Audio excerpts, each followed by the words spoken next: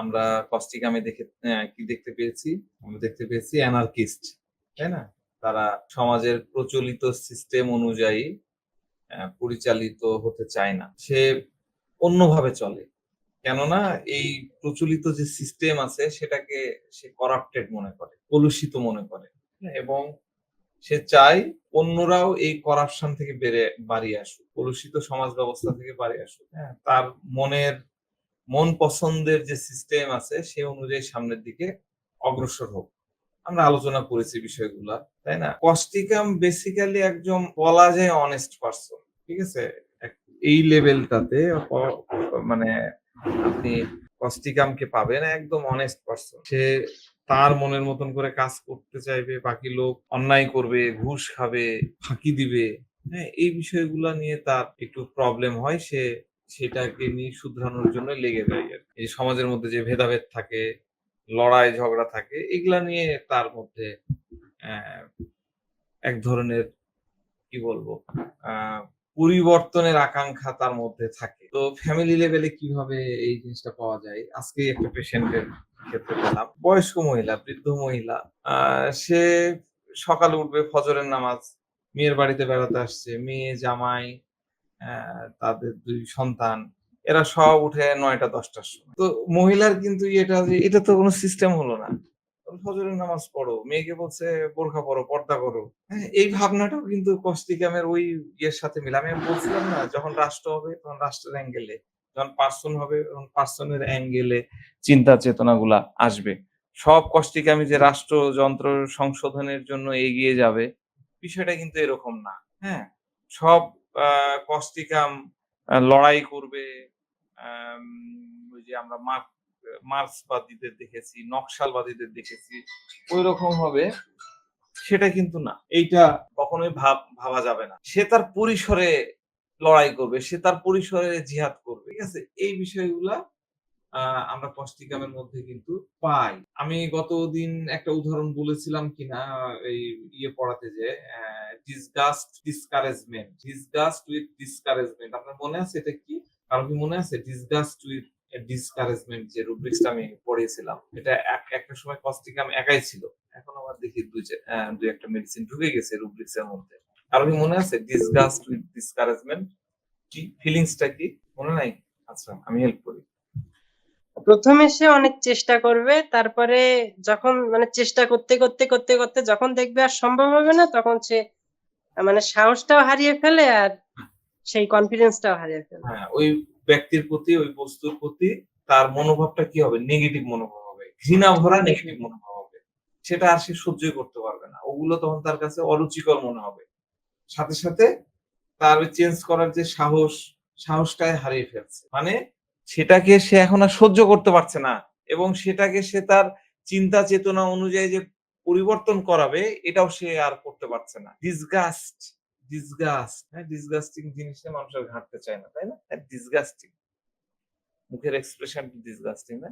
তো এরকম যেকোনো পরিস্থিতিতে বা বস্তু বা মানুষ বা সিচুয়েশন, সিস্টেম, এই সবকিছুকে এই পার্সনের কাছে মনে হবে অরুচিকর। সেটাকে সরানোর জন্য পূর্ণ নিষ্ঠা এবং শক্তির সাহায্যে কাজ করতে থাকে, সংঘর্ষ চালাতে থাকে এবং সংঘর্ষ করতে, করতে শেষমেশে ক্লান্ত হয়ে পড়ে। ডিসকারেজমেন্ট, হ্যাঁ? কেননা এই পরিস্থিতির সাথে আর পারব না, আর হবে না। ডিসকারেজমেন্ট হয়ে যাচ্ছে। কিন্তু পরিস্থিতি তার কাছে এতটাই অপ্রিয় মনে হয় যে সে সেটার একদম মানে শেষ না করে শান্তির নিঃশ্বাস নিতে চায়। কিন্তু সমাপ্ত করার তো কিছু শক্তি আর তার অবশিষ্ট থাকে। হ্যাঁ? এই ডিসগাস্ট উইথ ডিসকারেজমেন্ট এর ভাবনাটা এরকম। একটা আ উদাহরণ দিই, সেদিন বলছিলাম কিনা ভালো করে বুঝেন। আপনাদের অনেক প্রশ্নও থাকতে পারে এখানে। রোগী বলছে, "ডাক্তার সাহেব, চিকিৎসা করতে, করতে আমি একদম ক্লান্ত হয়ে পড়েছি স্যার। আমি হেরে যাচ্ছি।" সিম্পল একটা লাইন দিয়ে একটা লাইন বলল না? আমরা আমরা এটা কি ডিসকনসার্টেড মনে হচ্ছে আপনাদের কাছে, তাই না? চিকিৎসা করতে, করতে ক্লান্ত হয়ে পড়েছি স্যার। আমি হেরে যাচ্ছি। এইটা শুনেই আপনারা সরাসরি ইগনেশিয়ার দিকে চলে যেয়েন না। ভাবনাটা বুঝতে হবে। হোয়াই? কেন পেশেন্টটা এই কথা বলল? মানে এই পারসনের যে রোগটা হয়েছে বা যে পরিস্থিতিতে সে আছে তার ভালো লাগছে না। বছরের পর বছর চিকিৎসা করাতে, করাতে তার মনোবল ভেঙে পড়েছে। এজন্য সে বলছে স্যার আর কত চিকিৎসা করাবো। কিন্তু তার এই পরিস্থিতি সহ্য করার ক্ষমতাও কিন্তু এখন আর নাই। তারপরেও আজ সে আসছে, কেননা কোনো না কোনো চিকিৎসা সে খোঁজ করতে থাকে। হ্যাঁ? কেন খোঁজ করতে থাকে? কারণ ওই অসুস্থতার পরিস্থিতিও তার কাছে অতটা সহ্যকর মনে হয় না। বিষয়টা খুব ভালো করে বুঝেন। খুবই কাছাকাছি বক্তব্য রোগীর। এই বক্তব্য আপনাকে কিন্তু ইগনেশিয়ার দিকে নিয়ে যেতে পারে। হ্যাঁ? তো ওইভাবে আপনাকে লাইনচ্যুত হওয়া যাবে না। আপনাকে বুঝতে হবে কেন, কি ইয়েতে রোগী কি কথা বলছে, কি কথা বলতেছে না। সে কেন ওরকম হয়ে যাওয়ার পরে আজকেও সে আপনার কাছে আসছে, আমার কাছে আসছে। এটাও কিন্তু এই যে লাইনটা বললাম, চিকিৎসা করতে, করতে ক্লান্ত হয়েছে, আমি হেরে যাচ্ছি, আর হবে না। এই লাইনটাও কিন্তু ডিসগাস্ট উইথ ডিসকারেজমেন্ট এই রুব্রিক্স দিয়ে নেওয়া যায়। আমি বারবারই বলি এই রুব্রিক্সটা কিন্তু কস্টিকামের গুরুত্বপূর্ণ রুব্রিক্স। কেননা কস্টিকাম কখনো পরাজয় মেনে নেয় না। সে এক অটল অবিচল ব্যক্তি। সে কখনোই অন্যায়কে প্রশ্রয় দেয় না, সহ্য করে না। বরং তার বিরুদ্ধে, অন্যায়ের বিরুদ্ধে লড়াই করে, সংঘর্ষ করে, চেষ্টা করতে থাকে। হ্যাঁ? এবং চেষ্টা চালিয়ে যায়। যেতে, যেতে, যেতে যখন সফলতা পায় না, তখন তার মনোবল বা তার লড়াই চালিয়ে যাওয়ার ক্ষমতা কমে যেতে থাকে। কিন্তু শেষ পর্যন্ত সে কিন্তু চালাতে থাকে। তো সম্পূর্ণরূপে মনোবল হারিয়ে ফেলার পরেও সে খারাপ বা অপ্রিয় পরিস্থিতিকে মেনে নেয় না। মানে সে পরিস্থিতির খারাপ পরিস্থিতিতে লড়াই করতে, করতে ভেঙে পড়বে, কিন্তু তা সত্ত্বেও সে তা মেনে নেবে না। খারাপ বা অপ্রিয় পরিস্থিতি থেকে তার অনেক বেশি ঘৃণার জন্ম হয়। ওই পরিস্থিতিতে সে যেকোনো উপায়ে তার থেকে দূরে সরাতে চায়। ঘৃণা। ঘৃণ্য অর্থ কি? ঘৃণ্য অর্থ হচ্ছে সে ওই পরিস্থিতিকে কোনোভাবে, আমি তাকে ঘৃণা করি। বলে না যে আমি ঘৃণা করি। ঘৃণা করি মানে তাকে আমি মেনেই নিতে পারি না। কোনোভাবেই আমি তাকে মেনে নিতে পারি না এবং আমি ওয়ে খুঁজতেছি। যেকোনোভাবে হোক তাকে আমি দূরে হটায় দিতে চাই। এটাই হচ্ছে ডিসকারেজ। বুঝাতে পারলাম? এটা হলো ডিসকারেজড। এটা নট ডিসকনসার্টেড। ডিসকনসার্টেড এর প্রথমের অংশে কনসার্ট থাকে। আমি তো ইংলিশে পড়ালাম কত জানেন। তাহলে ডিসকারেজড হলো ঘৃণ্য, ঘৃণ্য, হ্যাঁ? ঘৃণা না কিন্তু ঘৃণ্য। ডিসকারেজড ইডি হলো ঘৃণ্য। একজন রোগী তার ব্যথা যন্ত্রণাকে, তার দুর্বলতাকে মোটেই পছন্দ করতে পারছিল না। মানে সে তার যে পরিস্থিতি তৈরি হয়েছে বা অবস্থা তৈরি হয়েছে তা মোটেই বরদাস্ত করতে পারছিল না। বারবার বলছিল যে এই পরিস্থিতি, এই অবস্থা আমার মোটেই ভালো লাগছে না। আমি মেনে নিতে পারতেছি না। আমি বরদাস্ত করতে পারছি না। এটা আমার সহ্য করার শক্তি আমার নাই। আমার একবারেই নাই। আমি ভাষ্যগুলা বলতেছি। ডিসগাস্ট উইথ ডিসকারেজমেন্ট এর এই টাইপের কথাবার্তা রোগীরা বলে। আবার রোগী বলছে যে স্যার আমাকে কোনো মলম-টলম দিয়ে দেন। প্রয়োজনে এলোপ্যাথি ওষুধ দিয়ে দেন। ভালো করে বুঝেন এই কথাগুলো বলে না? আচ্ছা ঠিক আছে আপনি ওই দিচ্ছেন সিঙ্গেল মেডিসিন। রোগী তো সিঙ্গেল মেডিসিন বুঝে না। আপনার মেডিসিন দেন কিন্তু স্যার খুব চলছে। একটু ইয়ে দেন, মলম দেন। মলম-টলম দেন। প্রয়োজনে এলোপ্যাথি ওষুধ দেন, লিখে দেন। হ্যাঁ, আপনি ফেক্সোফেনাডিন দেন। কাশি হচ্ছে মন্টেলোগাস দেন। আপনার ওষুধ আমি খাচ্ছি, আপনি দেন। মানে কি? মানে যেভাবেই হোক সে কিন্তু ফাইট করতে চাচ্ছে। কিন্তু তার এখন আর পর্যাপ্ত শক্তি, পর্যাপ্ত ক্ষমতা তার আর নাই। মানে আপনি হোমিওপ্যাথি ওষুধ দিচ্ছিলেন তো সে ঠিকই ছিল। কিন্তু করতে, করতে কাশিটা এমন হওয়া হইছে আর সে পারতেছে না। বললাম, "স্যার আপনার ওষুধ থাক, আপনিই দেন। আপনি এটা এলোপ্যাথি।" প্রতি বছর সেই একই কারণ, একই ভাব, একই স্টাইল। শীত আসলেই শ্বাসকষ্ট, গরম পড়লেই দাঁতের সমস্যা, চুলকানি। অমুক হলেই অমুক। প্রতি বছর ওই সেই একই জিনিস দেখা যাচ্ছে। পরিস্থিতি খারাপ পরিস্থিতি। এটা আমার থেকে দূরে চলে যায়। এটা আমার থেকে দূরে চলে যায়। এটাই হলো ডিসগাস্ট উইথ ডিসকারেজমেন্ট। আমি কি বুঝাতে পারলাম? অনেক অ্যাঙ্গেল আমি বুঝানোর চেষ্টা করলাম। যারা একদম নতুন তাদের কাছে মনে হবে যে কি এগুলা বলেন। আজকে আপনার মাথার মধ্যে ঢুকবে না। ডেফিনিটলি ভালো লাগবে না। কিন্তু মাথার মধ্যে নিয়ে নেন। ওপরওয়ালা যখন লাইটের সুইচ দিয়ে দিবে না তখন এগুলা দেখবেন যে একদম জলবৎ তরল হয়ে গেছে। কষ্টিকাম তার অপ্রিয় পরিস্থিতিগুলোকে তার নিজের হিসাব অনুযায়ী পূর্ণ শক্তিতে বদলানোর চেষ্টা করে। ডিটেইল আলাপ হবে কিন্তু মানে ওটা আলাপ করলে তো হলো না। সেটাতে আবার মনে প্রাণে চেষ্টাও তো করা লাগে। এই বিষয়টাও এই ডিসগাস্ট উইথ ডিসকারেজমেন্ট এর সাথে জড়িত। সে সবসময় হোমিওপ্যাথি পছন্দ করে। রোগী সবসময় হোমিওপ্যাথি। আমি হোমিও ছাড়া চলতেই পারি না। ছোট্টবেলা থেকে মা আমাকে সাথে করে হোমিওপ্যাথির জন্য নিয়ে আসছে। সে তখন থেকে হোমিওপ্যাথি খায়। এই রোগী এলোপ্যাথি ওষুধকে খারাপ মনে করে। কিন্তু এখন পরিস্থিতি সিচুয়েশন চেঞ্জ হওয়ার এই কাশিটা যাচ্ছেই না, শ্বাসকষ্টটা ঘুরে ঘুরে আসছে, তখন সে তার সম্পূর্ণ সিদ্ধান্ত ত্যাগ করে অ্যালোপ্যাথি খেতে চাচ্ছে। ঠিক আছে ডাক্তার সাহেব, আপনি না হলে একটা ওষুধ লিখে দেন, না হলে আপনি একটা আয়ুর্বেদিক ওষুধ, না হলে একটা মলম দেন আপনার এই ইয়ের সাথে। তাহলে এই ভাবনাটা কি হলো, আমি হোমিওপ্যাথিও খাচ্ছি, আপনি আমাকে একটা মলমও দেন, আমাকে একটা এলোপ্যাথি ওষুধও দেন। তাহলে এই ভাবনাটা কি হলো? What is this? এনিওয়ান? এটাই ডিসকাস্ট উইথ ডিসকারেজমেন্ট। হ্যাঁ, সেটা তো ডিসকারেজড উইথ ডিসকারেজমেন্ট। অ্যাডাল্টেরাস তাহলে তো। হ্যাঁ, এটা হলো অ্যাডাল্টেরাস। অ্যাডাল্টেরাস। অ্যাডাল্টেরাস। হ্যাঁ, অ্যাডাল্টেরাস আমি আলোচনা করব। অনেক চমৎকার জিনিস। এখন খালি মনে রাখেন অ্যাডাল্টেরাস এর বাংলা হলো কি? ব্যভিচারী নাকি? তো আমরা ফিলিংসটা পরে বুঝবো। খালি একটু মাথার মধ্যে রাখো। একটা মহিলা রোগী বারবার একই কথা বলছে, আমি এই পারছি না, আমি আর পারছি না, আমি আর পারছি না, আমি এই জ্বালা সহ্য করতে পারছি না, এই জ্বালা কখন ভালো হবে, আমি তো ক্লান্ত হয়ে পড়লাম। বলে এরকম কথা রোগী এসে? বলে না, না? আমার আমার কাছে কেন জানি বলে, আপনাদের কাছেও বলবে আপনারা বলাতে পারলে। এই মহিলা আরো বলছে যে এই অবস্থায় থাকতে আমার এখন খুবই সমস্যা হচ্ছে। এখনই আমাকে মুভ, তো ব্যথা এত যন্ত্রণা, এখনই আমাকে মুভ লাগায় দাও, ভলিনি লাগায় দাও, যাতে আমার জ্বালা এবং ব্যথাটা দুটাই কমে যায়। এটা তাই না? রুগী সব সময় হোমিও ওষুধ খেত, হোমিও ওষুধ দিয়েই উপকার পেত। এই জন্য জ্বালা যন্ত্রণার কারণে সে জ্বালা যন্ত্রণা শুরু হয়েছে, যেহেতু হোমিওপ্যাথি খায় ২-৩ দিন সে কোনো অ্যালোপ্যাথির কাছেও যায়নি। যখন এগুলো সহ্য করতে করতে অপ্রত্যাশিত পরিস্থিতিতে চলে যায়, অনাকাঙ্ক্ষিত পরিস্থিতি মধ্যে দিয়ে তাকে যেতে হয়, অসহ্য হয়ে যায়, কষ্ট করতে করতে ক্লান্ত হয়ে যায়, হেরে যে মনোবল ভেঙে যায়, আর সহ্য করতে পারছি না, আর সহ্য করতে পারছি না। এখানে তার মূল প্রিন্সিপাল বা হোমিওপ্যাথির প্রতি অগাধ আস্থা ধরে রাখার মানসিকতা সত্ত্বেও তার কাছে এখন মনে হচ্ছে, যেহেতু হোমিওপ্যাথি কাজ করছে না, তাই এখন অ্যালোপ্যাথি অয়েন্টমেন্ট ব্যবহার করি, যাতে কিছু সময়ের জন্য হলেও এই যন্ত্রণা, এই কষ্টটা লাঘব হয়ে নাই। ভাইয়া আমি আপনার কাছে আসবো, আমি আপনার কাছে ওষুধ খেতে আসবো, একটু যন্ত্রণাটা কমেনি, আমি একটু এই ব্যথার ট্যাবলেট খাচ্ছি। কি ভাবনা? এই মহিলার মতনই ভাবনা। রুগী এসে বিভিন্ন ভাবে কথা বলবে, কিন্তু আপনাকে ভাবনাটা বুঝে নিতে হবে। তো এই মহিলার এই কষ্টের কারণে সে হতাশ হয়ে পড়েছে, অর্থাৎ ডিসকানেক্টেড হয়ে পড়েছে, তথা মনোবল হারিয়ে ফেলেছে। মানে পরিস্থিতির সাথে লড়াই করার মানসিকতা তার মধ্যে আর অবশিষ্ট নাই। সে এখন যেভাবেই হোক এই খারাপ পরিস্থিতি থেকে বের হতে চায়, এবং সেটা যদি অ্যালোপ্যাথি হয়তো হলো, অন্য কোনো প্যাথি হলে হবে, নাহলে ব্যথার ওষুধ, প্রয়োজন হলে আরো ২-৪টা জিনিস একসাথে মিশিয়ে খাবে, তাও ভালো। হ্যাঁ, এখন তার মধ্যে এইগুলা করার ফলে এই যে অ্যালোপ্যাথি ওষুধ, ব্যথার বড়ি, ভলেনি, মুভ, এই যে লাগানোর ফলে তার মধ্যে যেটা মূল প্রিন্সিপাল, হোমিওপ্যাথিকে আঁকড়ে ধরার প্রিন্সিপাল, হ্যাঁ, সেটা শুধু ইচ্ছা পর্যায়ে থেকে গেল, সে ওখান থেকে কিন্তু বাড়িয়ে গেল। এই যে বাড়িয়ে যাওয়া, এটা হলো অ্যাডাল্টারাসের একটা ভাবনা।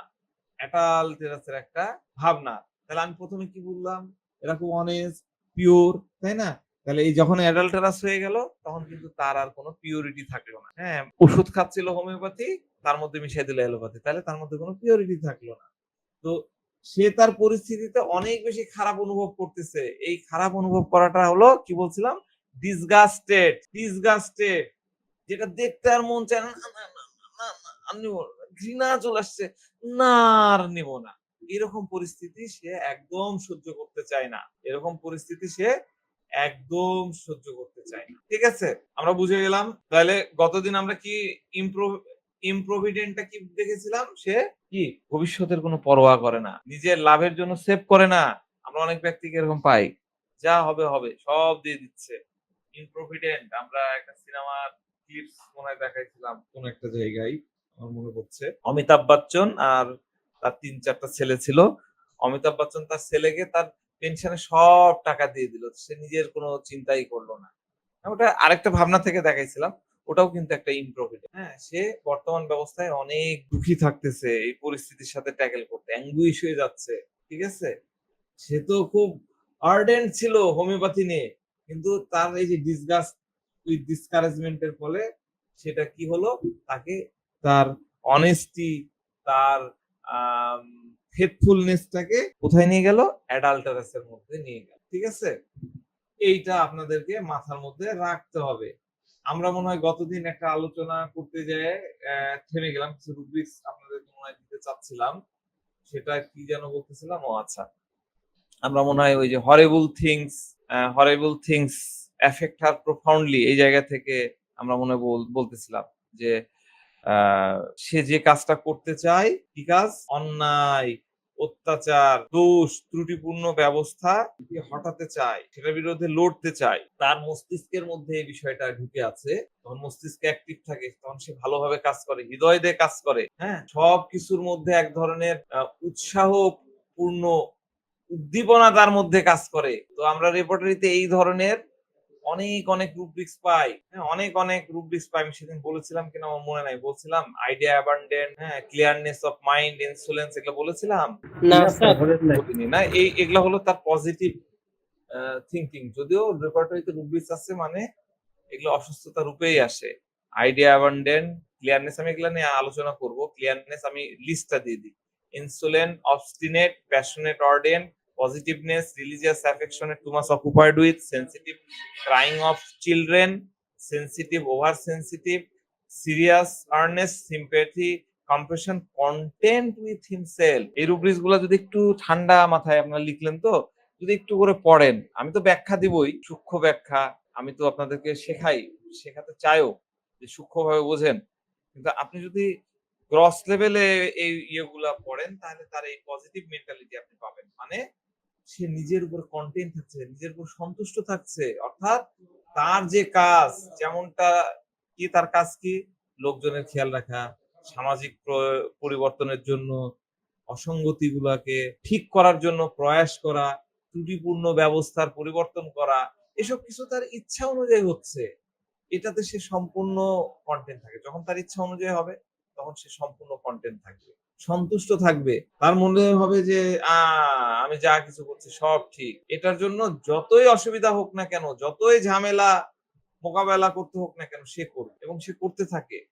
এটাতে অন্য লোকজন চায় যতই ঝামেলা করুক না কেন, সে তার অভিযান বন্ধ করে না। ৯ দফা দাবি তখন ১ দফা হয়ে যায়, তাই না? কত অত্যাচার, কত জুলুম, তাই না? ডিবি অফিসে ধরে নিয়ে যে মেন্টাল টর্চার, কিন্তু সে যেহেতু মানে তার মনের মতন করে সবকিছু হচ্ছে, টাকা মাত্র দেশবাসী লং মার্চের জন্য বাড়ি আসছে, যে যার অবস্থান থেকে বাড়ি আসছে, তাহলে এটা কি? এটা তাকে অনেক ইন্সপাইরেশন যোগাচ্ছে, তার মাথা অনেক খাটছে, কাজের স্পৃহা অনেক বাড়ছে। যে যতই চেষ্টা করুক, তার অভিযান বন্ধ হবে না, সেগুলোর নিয়েই সে লেগে থাকবে। সব লোকজন তাকে ডিসকারেজ করার চেষ্টা করে, অনুৎসাহিত করার চেষ্টা করে, বলে তুমি কেন এইসব নিয়ে মাথা এত পেরেশান হচ্ছে, মাথায় নিয়ে তুমি এসব কিছু করে কি পাও? হ্যাঁ, লোকজন তাকে বোঝানোর চেষ্টা করে যে তোমার আগে নিজের ভালোটা দেখতে হবে, নিজে বাঁচলে বাপের না, নিজের ভালোটা তোমার ভাবা উচিত। এরকম নানান কথা বলে। এই কথাগুলো মানুষ বলে কেন বলে জানেন? এই কথাগুলো মানুষ একজনকে বলে ডিসকারেজ করার জন্য। এগুলো হলো নেগেটিভ মোটিভেশন, নেগেটিভ কথাবার্তা। কিন্তু এই ব্যক্তির উপরে নেগেটিভ কথাবার্তা কোনো প্রভাবই ফেলতে পারে না, কষ্টিকের উপরে প্রভাব ফেলতে পারে। কিন্তু যখন সে সংঘাত করা সত্ত্বেও সফলতা পাচ্ছে না, তখনই তার মনোবল ভেঙে যায়।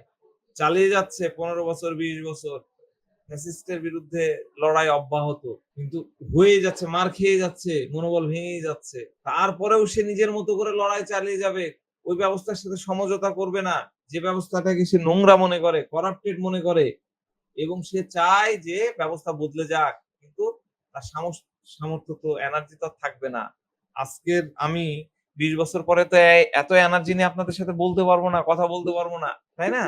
তো তার সামর্থ্য যখন শেষ হয়ে যাবে, তখন সে ওই যে যেটা বললাম ডিসগাস্ট, তখন তার কাছে ডিসগাস্ট মনে হয়ে যাবে, ডিসগাস্ট উইথ ডিসকারেজমেন্ট। তখন তার কাছে ধীরে ধীরে লেভেলটা কি হয় জানেন? ধীরে ধীরে লেভেলটা হয় ডিসগাস্ট উইথ এভরিথিং। তখন সবকিছু নিয়ে ডিসগাস্ট লাগা শুরু হয়ে যাবে, ডিসগাস্ট উইথ এভরিথিং। সে যে উদ্দেশ্য নিয়ে কাজ করতে থাকে, তার জন্য যা যা কিছু করা দরকার তা সে করে ফেলে, এবং এরকমটা করেই সে সন্তুষ্ট পায়, সন্তুষ্ট হয়, সবার জন্য করে যায়, সন্তুষ্টির জন্য করে, যার জন্য করে সেও সন্তুষ্ট হয়। রুব্রিক্স কি হবে? আমি আপনাদের সবার জন্য করছি, আমিও মজা পাচ্ছি। অনেক কোমর ব্যথা। Dancing sir. হ্যাঁ, থ্যাংক ইউ। এই খালি তুমি একাই শিখছো, আর কেউ শিখছে না? ড্যান্সিং এমএল, ড্যান্সিং এমএল আবার পড়াবো। ড্যান্সিং এমএল সবার জন্য করে, শান্তি পাচ্ছে, প্রশান্তি পাচ্ছে। আমাদের আরেকটা রুব্রিক্স আছে, ডেলুশন, অ্যাবজর্ব, লুডিক্রাস, ফিগার আর প্রেজেন্ট। লুডিক্রাস হচ্ছে হাস্যজনক। এটা কেন্টে আছে, ডেলুশন, অ্যাবজর্ব, ফিগার্স আর প্রেজেন্ট। ফিগার্স এটাকে আমরা যদি শাব্দিক অর্থ করি লাইনটার, তাহলে হবে অসামান্য, অযৌক্তিক, কিম্ভূত কিমাকার ফিগার বা কিছু ব্যক্তিত্বের উপস্থিতি, ফিগার বা ব্যক্তিত্বের উপস্থিতি। কিন্তু এখানে ফিগারটা কি? What is figure? ফিগার কি? কাকে বলি ফিগার? প্রতিকৃতি, প্রতিকৃতি। মানে শেপ, কোনো মানে শেপ আর শারীরিক ফিগারের কোনো মধ্যে প্রকার পার্থক্য শেপ। আছে, ওই কারণে তো বললাম শেপ কে কি বুঝতে। আচ্ছা আমি বলি, ফিগার হলো আকৃতি। আমরা কি বলি, কি ফিগার, ফিগারের মাপ আছে না? এটা তো শুনতে খারাপ লাগবে। আমরা মেয়েদের ফিগারের মাপ দিয়ে দিই না, 38, 36, 32 এরকম কি কি সব বলে, তাই না? এই যে ফিগার, মেয়েটার ফিগার কত না সুন্দর। মিরাক্কেলে কি বলতো, মিরাক্কেল কে কে দেখছেন? একটা গান ছিল না, হ্যালো বস, বলো বস, হ্যালো বস, বলো বস। তারপর কি বলে, স্লিম ফিগারে ভালো লাগে শ্রীলেখা। শ্রীলেখা মোটা ছিল, কিন্তু তার ফিগারটা যদি স্লিম হতো তাহলে ভালো লাগতো। তাহলে মানে আমরা, মানে তাকে দেখতে কেমন লাগছে সেটাকে আমরা ফিগার বলতেছি। শেপ আলাদা জিনিস, দেখতে কেমন লাগছে ফিগার। তাহলে আকৃতি হলো ফিগার, বা আকৃতি হলো তার কেমন আকার, লম্বা, চওড়া, মোটা, স্লিম, ফ্যাটি, এরকম না। জাস্ট তাকে দেখলে যে অনুভূতিটা তৈরি হয়, বুঝতে পারলাম, যে অনুভূতিটা আসে, যেটা আমরা অনুভব করতে পারি, যেটা ধরা যায় না কিন্তু অনুভব করা যায়, যেটা ধরা যায় সেটা কি সিয়াম? তুমি একটু আগে বললা কি যেটা ধরা যায়? শেপ। হ্যাঁ, আর যেটা অনুভব করা যায় সেটা ফিগার। আমরা কিন্তু ডিপ লেভেলে বুঝছি, ডিকশনারিতে বুঝতে চান না, তাহলে ফিগার ইউজ করতে পারবেন না। ফিগারটা বুঝতে গেলে আপনাকে ডিপ লেভেলে গভীর ফিলিংসটা নিতে হবে, ফিগার ওয়ার্ডের ফিলিংসটা নিতে হবে। তো ধরেন আমরা কাগজের উপরে কিছু ড্রয়িং করলাম, বা কোনো ম্যাটেরিয়ালস দিয়ে একটা আকৃতি তৈরি করলাম, একটা মূর্তি তৈরি করলাম। মূর্তি যে পদার্থ দিয়ে তৈরি, সেই পদার্থ আপনি ধরতে পারবেন। আমি মূর্তি তৈরি করলাম, ধরেন যে এটা একটা মূর্তি, মূর্তি আমরা ধরতে পারতেছি, তাই না? ধরে ফেলতে পারতেছি একটা জায়গা, হাত পা যা যা বানানো হয়েছে। হ্যাঁ, কিন্তু সেটার চারিধারে কেমন কি আছে আপনি চোখ দিয়ে দেখতে পাচ্ছেন, চোখ দিয়ে। হ্যাঁ, আপনি একটা অনুভব করছেন যে এইরকম, এটা এই এই এই ফিগারের মতন আসছে। হ্যাঁ? এই যে এই অনুভূতিটা, এটা হলো ফিগার। ফিগার আর শেপের মধ্যে কিন্তু পার্থক্য আছে, এটা ভালো করে বুঝতে হবে। আমরা ফিগার আর শেপকে এক করে ফেলেছি, এই কারণে আমাদের বুঝতে সমস্যা হয়। তাহলে রুব্রিক্সে বলা হচ্ছে কি, যা কিছু বর্তমান আছে তা ভুল বা অযৌক্তিক এবং কিম্ভূত কিমাকারের অনুভূতি। এটা হলো এই রুব্রিক্সের শাব্দিক অর্থ। কঠিন হয়ে গেল, ডেফিনেটলি কঠিন হয়ে গেল। যারা নতুন আছেন তারা হয়তো বুঝতে কষ্ট হবে। আমি একটু উদাহরণ দিই, তাহলে বুঝতে পারবেন। একটা বাসায় বখাটে একটা ছেলের জন্য, বখাটে ছেলে আছে, তার বাবা মা তাকে সব ধরনের সুযোগ সুবিধা দেয়, যা যা দরকার চাইবার মাত্রই ইহার বাহককে দিতে বাধ্য থাকিবে। ওই রকমই বাচ্চাকে সব ধরনের সুযোগ সুবিধা দেয়। কিন্তু ওই বাসায় একটা মেয়েও আছে, মেয়েটা খুবই পরিৎকর্মা, খুবই দায়িত্বশীল। এই মেয়েটাকে বাবা মা বকাবকি করে, খোঁটা দেয়, তাকে মানে এক্সট্রা কোনো প্রকার ফ্যাসিলিটিস দেয় না, কোনো প্রকার সুবিধা দেয় না। তাকে তার প্রয়োজনীয় জিনিসগুলো দেয়, কিন্তু ওইভাবে দেয় না, বা যদি দেয় সেটা তার জন্য পর্যাপ্ত না। আবার তাকে নানান বিষয়ে তাকে খোঁটা দিতে থাকে। হ্যাঁ, তো এই যে পরিস্থিতি, এই পরিস্থিতি কিন্তু ফিগারের তুল্য, আকৃতির তুল্য। মানে এটাতে দেখা যাচ্ছে কিছু একটা তো হচ্ছে, সেটা আমরা ধরতে পারছি না, কিন্তু আমরা এই পরিস্থিতিটাকে অনুভব করতে পারছি। এটা হলো যে রুব্রিক্সটা বললাম, রিলেশন, অ্যাবসার্ভ, ফিগারস আর প্রেজেন্ট। তো অস্টিকামের ব্যক্তিরা এরকম পরিস্থিতি অনুভব করে যে সব জায়গায় ভুল হচ্ছে, রং হচ্ছে, বা কোথাও কোথাও না কোথাও কোনো না কোনো ভুল হচ্ছে, মানে সবকিছুই ভুল হচ্ছে, বা সব না হলেও অল্প কিছু হলেও ভুল হচ্ছে। আর এরকম অযৌক্তিক অথবা এরকম অন্যায় সিচুয়েশন যখন রোগীর সামনে আসে, তখন সে এটা সহ্য করতে পারে না, সেটা বদলানোর প্রয়াসে লেগে পড়ে। এজন্য এটাকে বলা হয় সে সে ব্যবস্থার সাথে চলে না, বরং সেটাকে তছনছ করে দিচ্ছে। আপনি যদি 5ই আগস্টের আগের সিচুয়েশন যদি আপনি চিন্তা করেন, গভর্নমেন্ট রুলিং পার্টির পক্ষ থেকে ইয়ে করেন, তাহলে বলবে যে যারা বৈষম্য বিরোধী তারা দেশটাকে তছনছ করে ফেলছে, তাই না? কোন পারসেপশন থেকে আপনি দেখছেন, কোন অ্যাঙ্গেল থেকে দেখছেন, সেটা হচ্ছে বড় বিষয়। তো আপনার কাছে বা আদার্স মানুষের কাছে মনে হবে যে কস্টিকাম সে ব্যবস্থার সাথে চলতে পারছে না, বরং সে ব্যবস্থাকে তছনছ করে ধ্বংস করে ফেলতেছে, মানেই অ্যানার্কিস্ট। এটাও কিন্তু একটা অ্যানার্কিস্টের স্বরূপ। আর এই অ্যানার্কিস্টটা হচ্ছে কস্টিকামের অরাজকতামূলক স্বরূপ, ডিস্ট্রাকটিভ যে ফিগার, সেটা হলো অ্যানার্কিস্ট কস্টিকামের ক্ষেত্রে। কস্টিকাম ব্যক্তি সব সময় অন্যের হিত চায়, তাদের সাথে ন্যায় হোক, তাদের সকল সুযোগ সুবিধা থাকুক, তাদের অধিকারের স্বাধীনতা দেওয়া হোক, বাক স্বাধীনতা দেওয়া হোক, এই জন্য তার সংঘর্ষ লড়াই চলতে থাকে।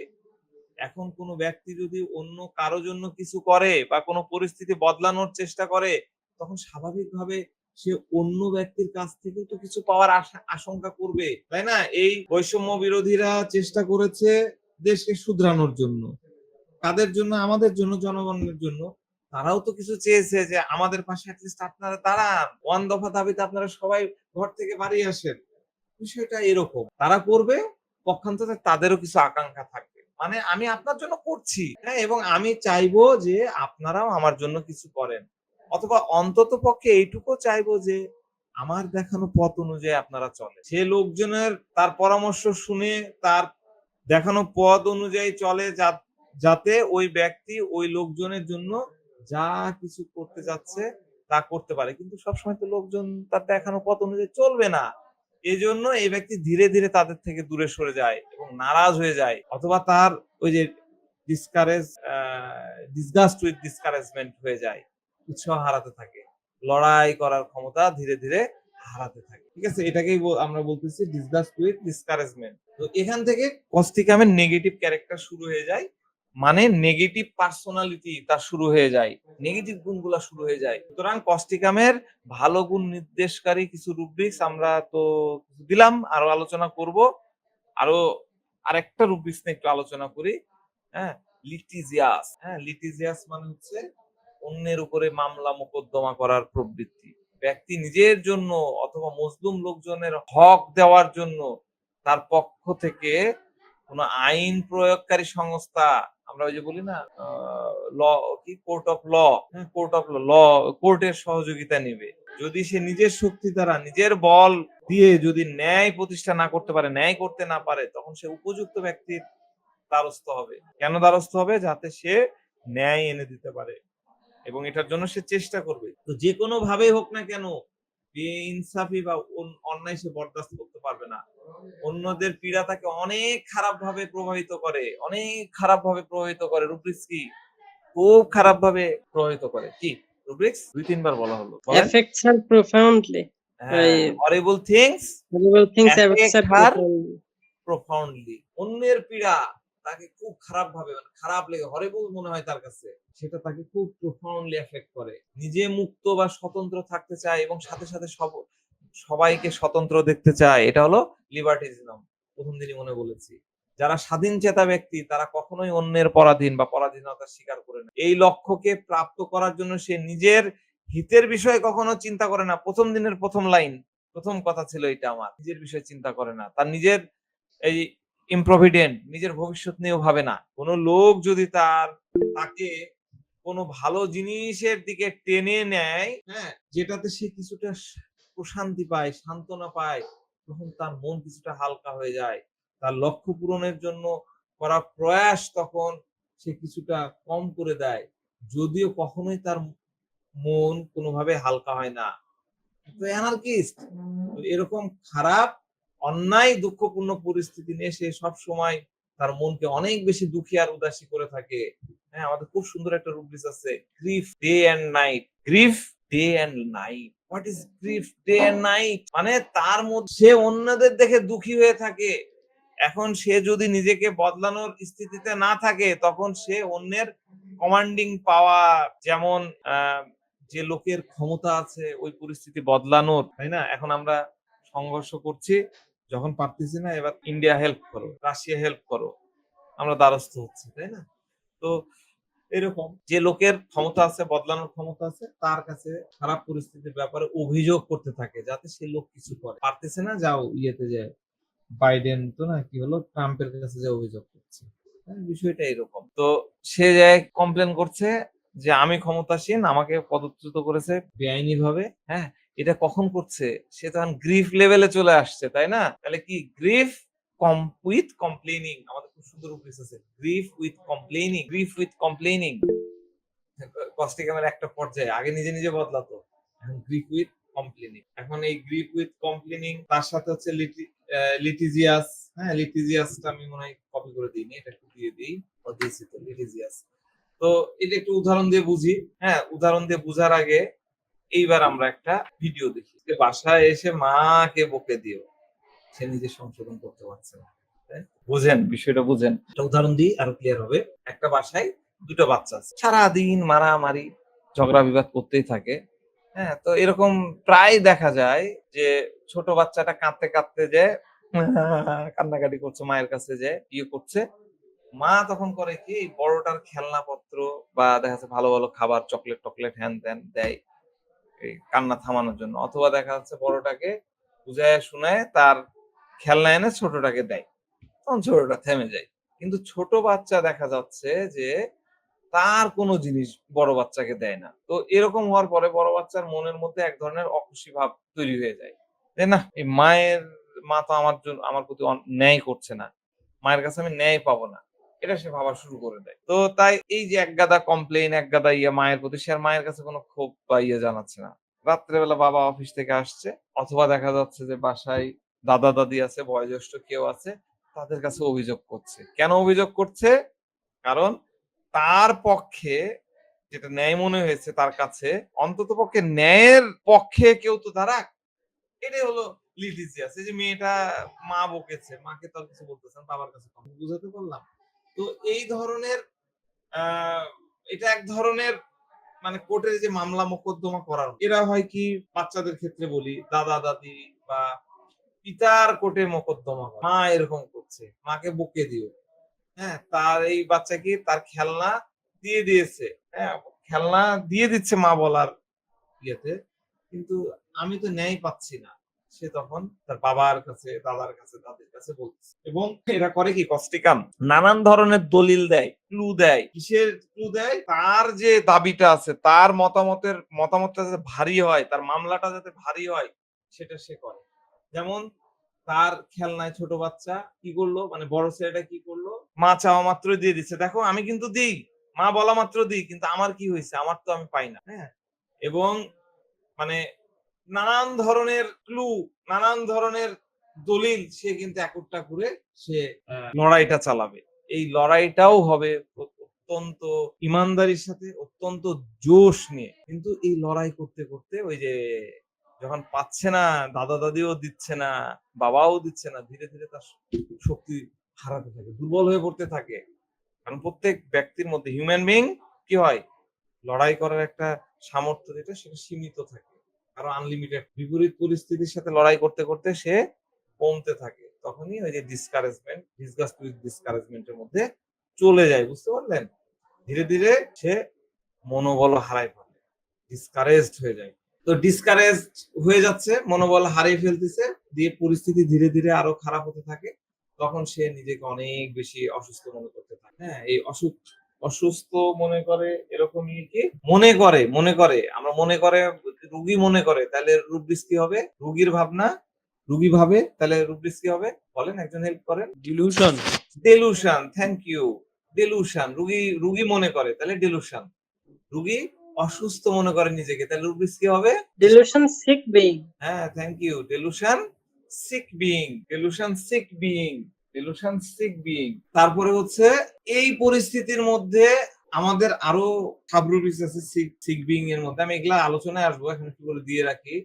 সেটা হচ্ছে delusion sick being work and for this reason will not, এই কারণে এটা হলো না, তাই তার অসুস্থতার ইয়ে হয়ে যায়, এবং সে হাইপোকন্ড্রিসিস হয়ে যায়। হাইপোকন্ড্রিসিস মানে কি জানেন? হাইপোকন্ড্রিসিস, কিছু কিছু রোগী এসে কি বলে যে ডাক্তার সাহেব আমার বিশেষ অঙ্গ আগা মোটা হয়ে যাচ্ছে, এই হচ্ছে, এটা চিকন হয়ে যাচ্ছে, এটা এরকম হচ্ছে, ওই হচ্ছে, এর সাথেই যাচ্ছে, মানে রোগ ব্যাধি। হাইপোকন্ড্রিসিস মানে হচ্ছে রোগ ব্যাধি। আর এই কষ্টিকামের রোগ ব্যাধিটা তাকে সুইসাইড করার দিকে নিয়ে যায়। রুব্রিক্স হচ্ছে হাইপোকন্ড্রিসিস ড্রাইভ টু সুইসাইডের দিকে নিয়ে যায়। সুতরাং এরকম দুর্বল পরিস্থিতিতে অন্য লোক বা পরিস্থিতি তার কাছে অনেক বেশি শক্তিশালী বলে মানে মনে হয়, মানে সে দুর্বল হয়ে গেছে, আর ওই ব্যবস্থা ওই লোকজন অনেক স্ট্রং, যেটা আর চেষ্টা করলেও আমি তো ডিসকনস কি বলে ডিসগাস্টের পরের লেভেল আমি চলে আসছি, আমি আর বদলাতে পারবো না, আমার দ্বারা আর হবে না। ওই ওরা ওই পাওয়ার, ওই অথরিটি, ওই মানুষ, ওই সমাজ ব্যবস্থা, ওই রাষ্ট্র ব্যবস্থা এখন অনেক স্ট্রং, আমি ওখানে থাও পাবো না, আমরা লোকাল ল্যাঙ্গুয়েজ হলে থাও পাবো না। তাহলে এটার রুব্রিক্সটা কি হলো? এটার অনেকগুলো রুব্রিক্সের মধ্যে আনা যায়। ওই সিস্টেম, ওই ব্যবস্থা, ওই মানুষ, ওই নিয়ম, ওটা অনেক বড় হয়ে গেছে, এটা রুগী মনে করছে। তাহলে কি হবে? Delusion. Delusion personal enlarged, personal enlarge, delusion personal enlarge. তারপরে delusion faces sees, closing eyes on, চোখ বন্ধ করলেই সেটা দেখতে পাচ্ছে। Faces sees, face face faces sees, closing on, face কি ওই ফেস গুলো দেখতে পাচ্ছে। আমি এগুলো সব আসবো আলোচনা, এখন একটু করে লিখে নেন। ডেলুশন ফেসেসিস, কি ডায়াবলিক্যাল ফেস ক্রাউড আপন হিম। তারপরে কি ডেলুশন ফেসেসিস আগলি, এগুলো সব আমি এক্সট্রাক্ট করেছি। ডেলুশন গ্রিমিসিস, ডেলুশন ফ্যান্টমসিস, অনেক বড় বড় রূপ রয়েছে এগুলা। তারপরে delusion ফ্যান্টমসিস, frightful, delusion large people seems to large, vertigo during, delusion large personal large vertigo during, এগুলা একই টাইপের রুব্রিক্স, একটু করে নোট করে নেন।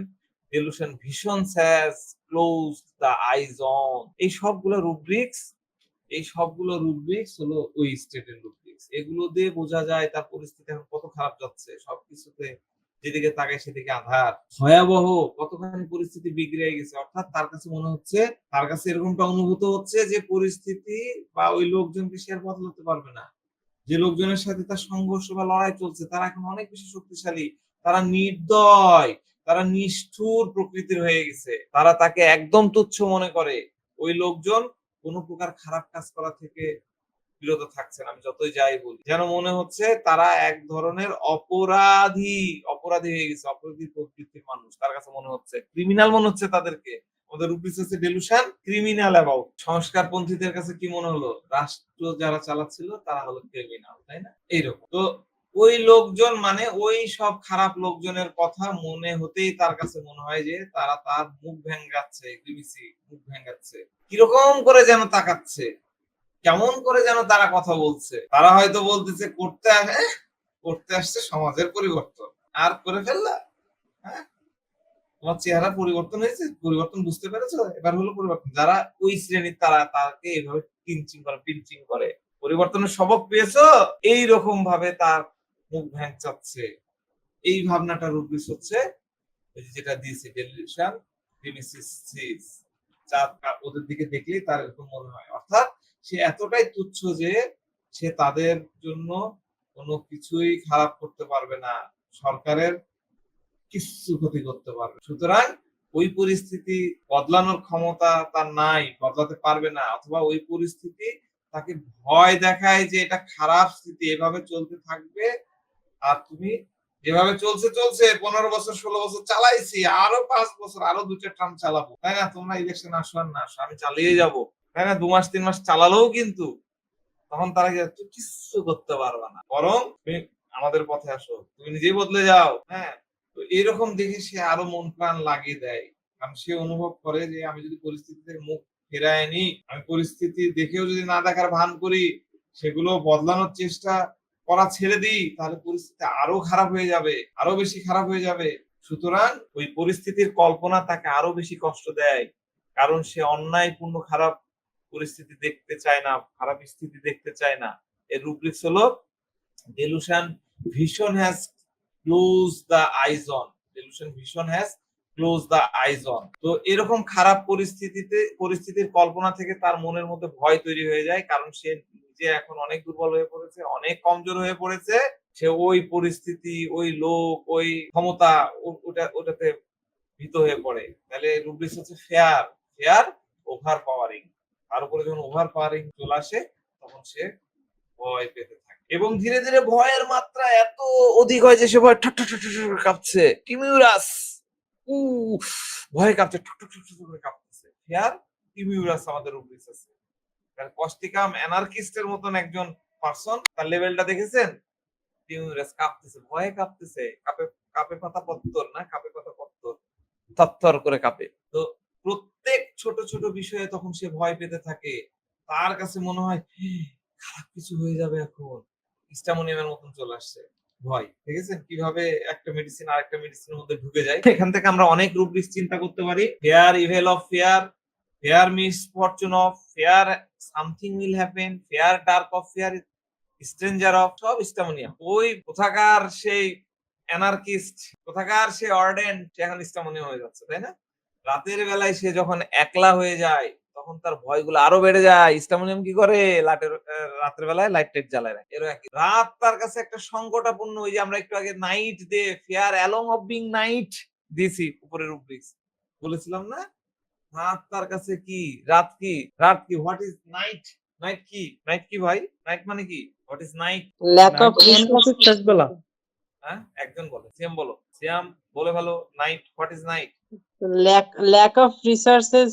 ভাই নাইট মানে হচ্ছে একদম শেষ প্রান্ত, শেষ যেমন প্রান্ত, শেষ প্রান্ত। জীবনের তাহলে যেমন একটা আফটারনুন শেষ কি? মুহূর্ত আছে। আফটারনুন, আফটারনুন কি আপনি যেটা বললেন সেটা আফটারনুন। পরিণত মানে রোগের শেষ অবস্থা। নাইটের ফিলিংস, রাত, রাত, রাতে কি হয়? রাত হচ্ছে সবকিছু শুনশান হয়ে যাচ্ছে, তাই না? রাত্রে একদম নিস্তব নীরবতা, একাকিত্ব, সংকটাপূর্ণ অবস্থা। বলে না, যেখানেই বাঘের ভয় সেখানেই রাত্রি হয়। তাহলে এই নাইট মানে, এই ফিয়ার অফ বিং নাইট মানে কিন্তু এই রাতের রাত না, ওটাতে বুঝলে হবে না। এটা হলো অ্যাকচুয়ালি সংঘর্ষের সময় কেউ যখন তার সাথে থাকতেছে না, যেখানেই বাঘের ভয় সেখানেই রাত্রি হয়, একাই থেকে গেছে, বুঝতে পারছেন? কেউ তার সাথে থাকতেছে না। আর সে যখন নিজের শক্তিতে পরিস্থিতি বদলাতে পারছে না, তখন তো এই পরিস্থিতি তার কাছে মনে হচ্ছে যে এটা রাতের সময়। যেখানে আশা শেষ হয়ে গেছে, এখানে আলো আর থাকে না। নাইটে কি হয়, অন্ধকার থাকে, লাইট থাকে না, আশা শেষ, খতম, টাটা বাই বাই, আলবিদা, আশার আলবিদা। এরকম পরিস্থিতিতে সে ঘাবড়ে যায়, তার মনে ভাবনা আসে এখন কি হবে। সে দেখছে পরিস্থিতি বদলানো যাবে না, যে সিচুয়েশন সেটা বদলানো যাচ্ছে না, সামনের সময়গুলো আরো খারাপ হবে। এর রূপবিশ হচ্ছে fair along of being night.